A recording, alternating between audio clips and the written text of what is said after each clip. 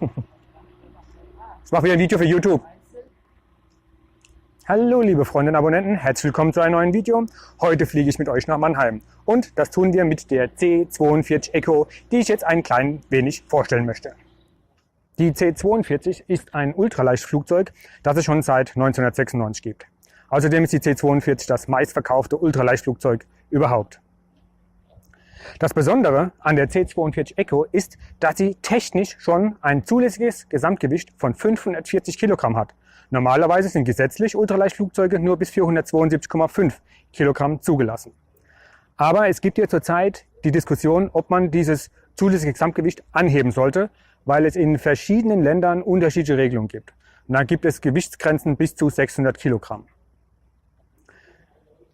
Auch um auf dem amerikanischen Markt Fuß greifen zu können, hat Comco Icarus die C-42 Echo gebaut und sie aufgelastet, weil in Amerika, da gibt es sowas wie Ultraleicht gar nicht, beziehungsweise das wird dort ganz anders geregelt. Dort spricht man dann von Light Sports Aircraft. Was hat man getan? Man hat einfach die C-42B, die Bravo, genommen und hat sie verstärkt. Zum Beispiel sind in den Tragflächen doppelte Rohre drin.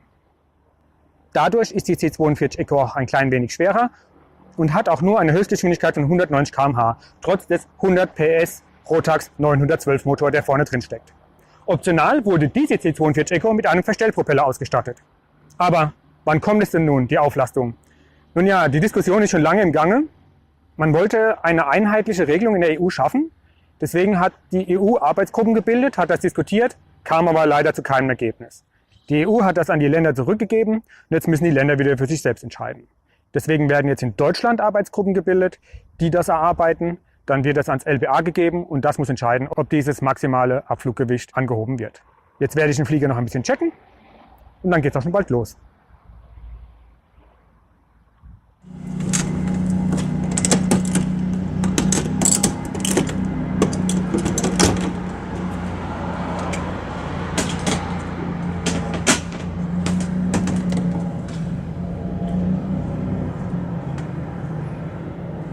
Na, da werden wir noch 20 Liter drauf tanken. Es sind über 20 Liter drin. Auch wenn es ein kurzer Trip nach Mannheim wird. Die Maschine ist heute schon geflogen und sie ist noch warm, das spüre ich. Deswegen muss man nicht durchdrehen, um Öl zu checken. Und am Stab ist auch in Ordnung. Gut. Das ist auch in Ordnung.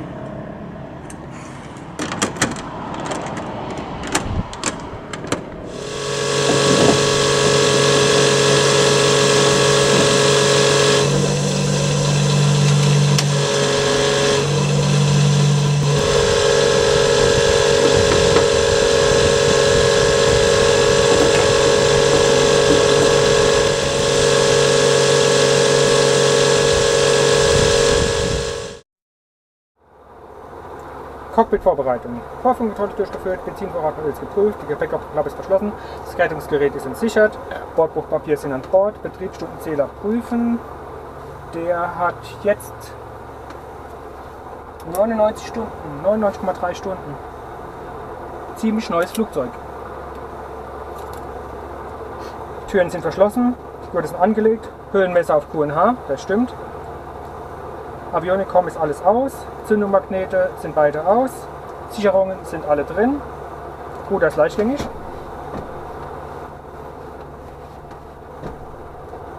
Brandhahn ist offen, Passagier habe ich schon keinen. Gut, dann Parkbremse setzen, Hauptschalter Master Switch on. Zündungsmagnete beide ein. Kraftstoffpumpe ein. Strob ein, Vergaservorwärme ist kalt, der Motor ist noch warm, deswegen Gas, kein Choke, Gas 5 mm und starten. Propeller ist frei.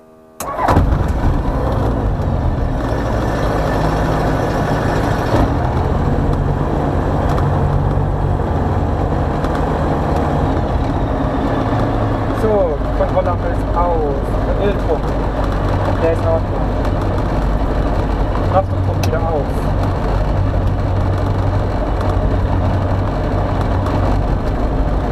Verstellpropeller steht auf 5,7.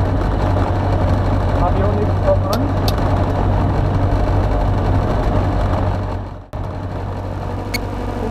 Transponder an, Intercom an, jetzt müsstet ihr mich auch hören. Ja, gut.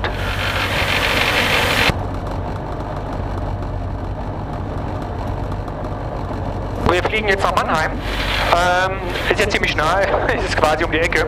Es ist nur dafür da, um mal wieder ein bisschen zu fliegen, und Mannheim ist ein kontrollierter Flugplatz. Da müssen wir uns dann beim Tower melden und über Meldepunkte anfliegen. So, und vorher natürlich ARTIS abhören. Das wird alles ein bisschen knapp, deswegen habe ich jetzt als nächste Frequenz ARTIS eingestellt. Die ARTIS-Frequenz höre ich jetzt noch nicht, wahrscheinlich erst, wenn ich in der Luft bin. Jetzt melden wir uns erstmal hier bei Worms Info an. Worms Info, Delta Mike Alpha Sierra Romeo, hallo. Mike Alpha Sierra Romeo, Worms Info, hallo.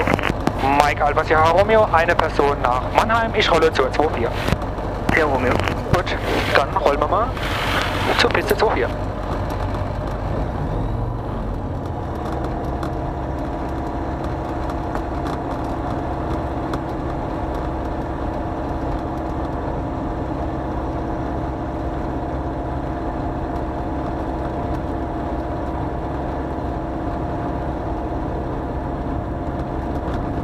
Bremse funktioniert.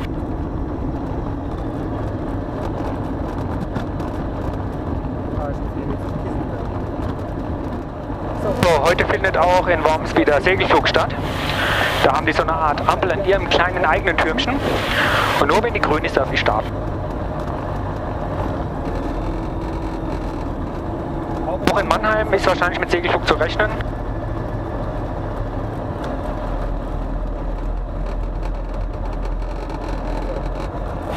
Checkliste.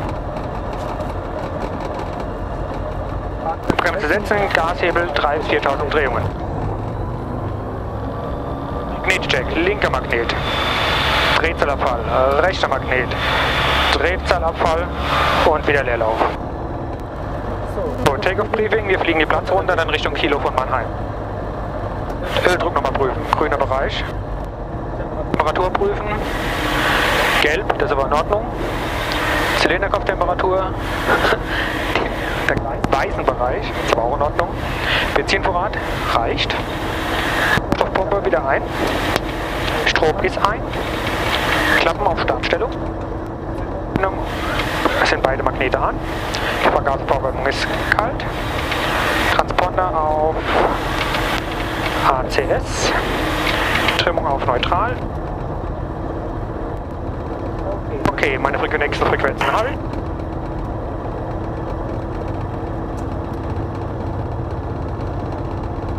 Sierra Romeo, abflugbereit, Rollhalt 24. Sierra Romeo Wind 280 Grad 5 Knoten. Rolle auf den Start, Sierra Romeo. So, Piste 24 in Worms. Eindrehen. Kompass dreht und er dreht auch richtig auf 2.4. Gut, dann kann es losgehen.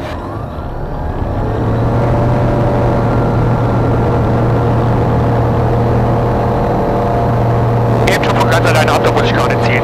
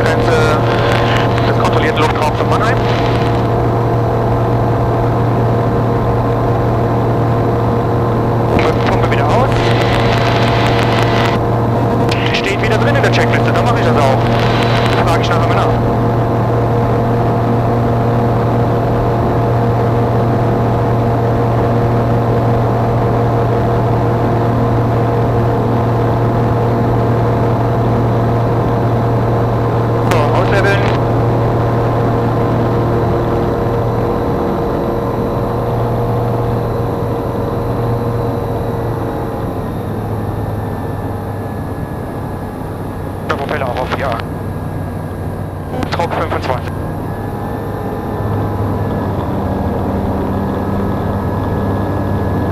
Sierra Romeo, verlasse Planzone Richtung Osten. Bis später.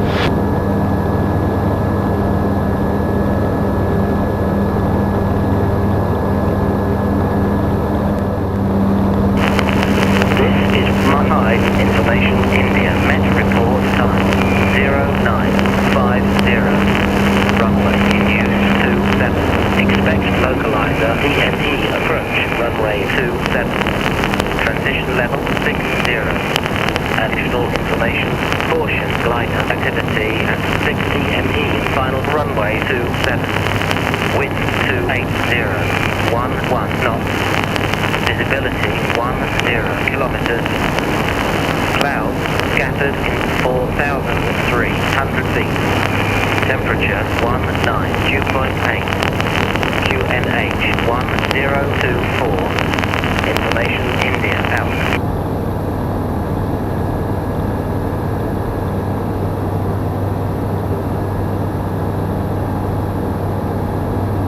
Mannheim Turm von Delta Mike Alpha Sierra Romeo, hallo.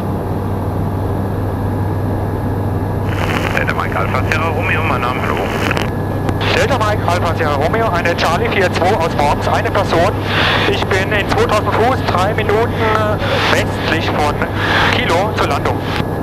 Delta Sierra Romeo, fliegen Sie in die Kontrollzone über Kilo, Piste 27, QNH 124. Fliege in die Kontrollzone über Kilo, Piste 27, QNH 1024, Delta Mike Alpha Sierra Romeo. Habe ich gar nicht gesagt, dass ich Information India habe. Klingt aber auch so.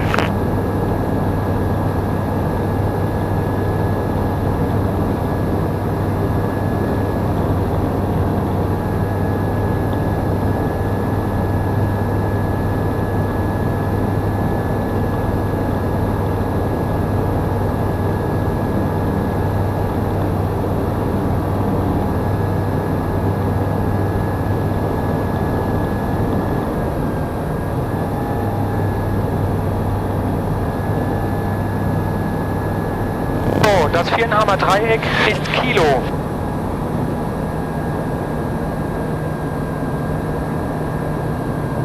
Das ist eigentlich ganz einfach. Man fliegt einfach rechts der Autobahn entlang, bis man rechts die Piste sieht und landet. Natürlich wartet man auf Freigabe zur Landung.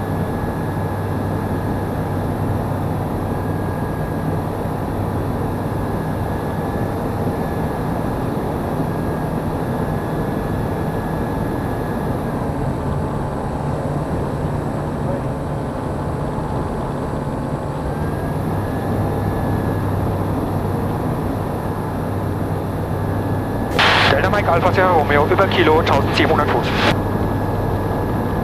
Delta Sierra Romeo, fliegen Sie direkt in den rechten queren Flug, Piste 27, melden Sie Überflug des Neckars. Direkt rechter Querenflug, Piste 2 fliegen, werde Überflug vom Neckar melden. Delta Mike Alpha Sierra Romeo. So, direkt in den Querenflug, okay. Dann mal runter.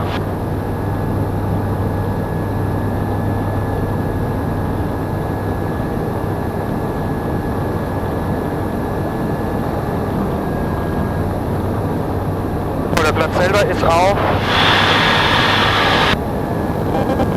Nee, die Luft unruhig. Vorne Stationplatz.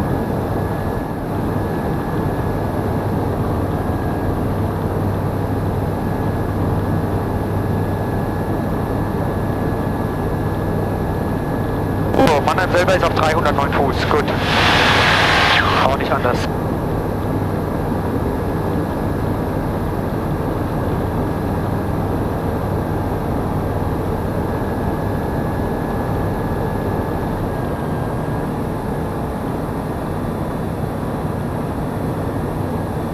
Machen wir langsam die Landevorbereitung. Stoffpumpe wieder an.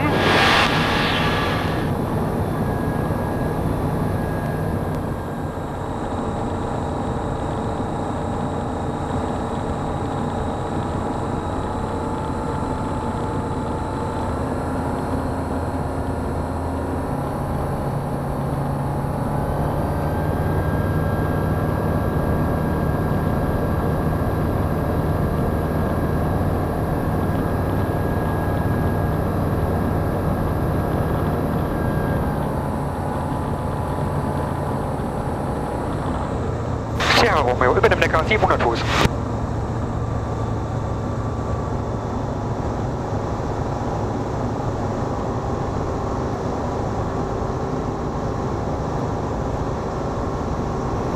Delta Sierra Romeo, Wind 270 Grad 7 Knoten, Piste 27, Landung frei. Piste 27 lang frei. Delta Sierra Romeo.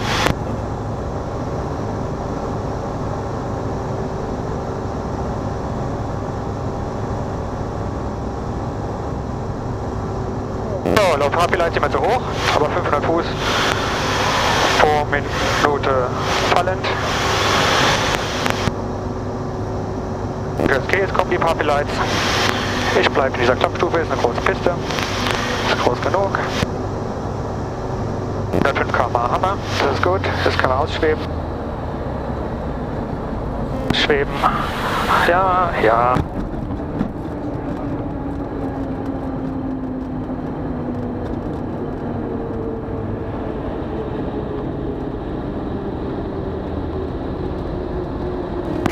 Delta Sierra Romeo, rollen Sie zum Vorfeld über Bravo Delta Alpha, überqueren der 27 genehmigt. Zum Vorfeld über Bravo, Delta und Alpha, queren 27 genehmigt. Delta, Mike, Alpha, Sierra Romeo.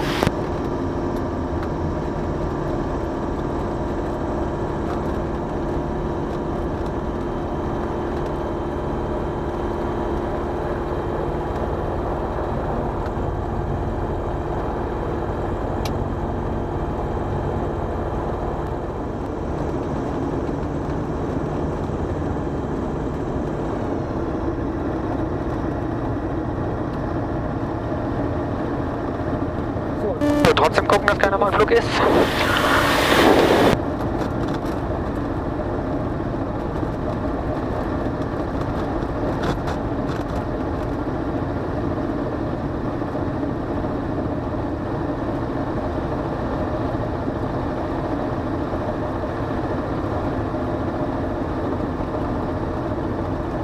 Sierra Romeo, wo kann ich mich für eine halbe Stunde aufstellen?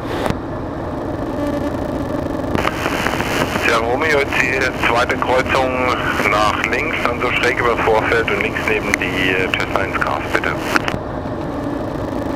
Alles klar.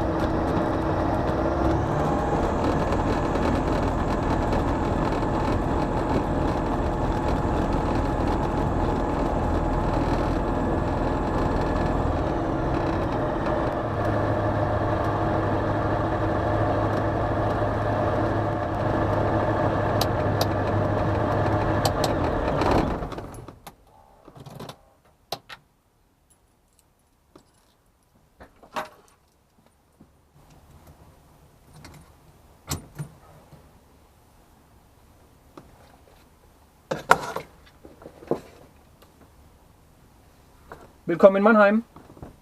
Schauen wir uns doch mal den Flugplatz hier an. So, ich befinde mich jetzt hier auf dem Flugplatz Mannheim. Hinter mir sieht man das neue Tower-Gebäude, das 1991 errichtet wurde. Der Flugplatz wurde bereits in den 30er Jahren erbaut. Hier das alte Tower-Gebäude, das steht immer noch und beherbergt heute ein Restaurant und so eine kleine Event-Location. Kann man buchen. War ich schon mal drin, gar nicht schlecht. Von Mannheim aus finden sogar Linienflüge statt. Nach Berlin, Hamburg, ja sogar Sylt. Ich glaube Dresden auch.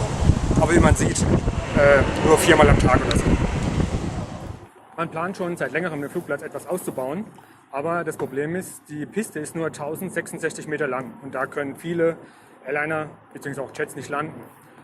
Ausbau ist nicht möglich, weil auf der einen Seite der Piste ist die Stadt Mannheim, auf der anderen Seite ist eine Autobahn. Und deswegen ist der Platz hier sehr begrenzt. Es gibt ja im Norden Mannheim, in Sandhofen, noch die Coleman Barracks. Da hat man auch schon diskutiert, das auszubauen. Das wurde aber auch verworfen.